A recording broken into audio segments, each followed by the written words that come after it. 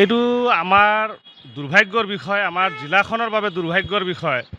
আজি আমাৰ DC অফিচৰ জাষ্ট অপজিট ছাইডত আৰু আপোনাৰ SP মানে কোৱাৰ্টাৰৰ পৰা 150 মিটাৰ আঁতৰত আজি এনেকুৱা এটা ঘটনা আমাৰ কাৰ্যালয়ৰ পৰা বেটাৰী আৰু ইনভাৰ্টাৰ চুৰি হ'ল।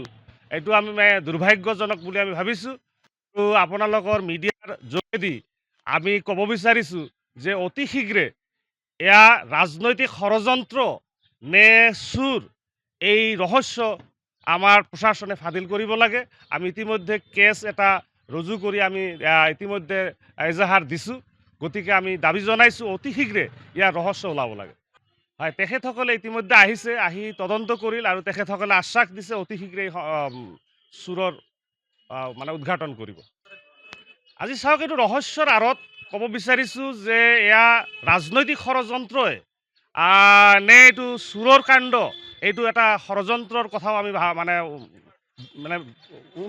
হেৰি কৰিব নোৱাৰি। যিকোনো খবৰৰ বাবে যোগাযোগ কৰক আমাৰ এই নম্বৰত 9181 307 2221।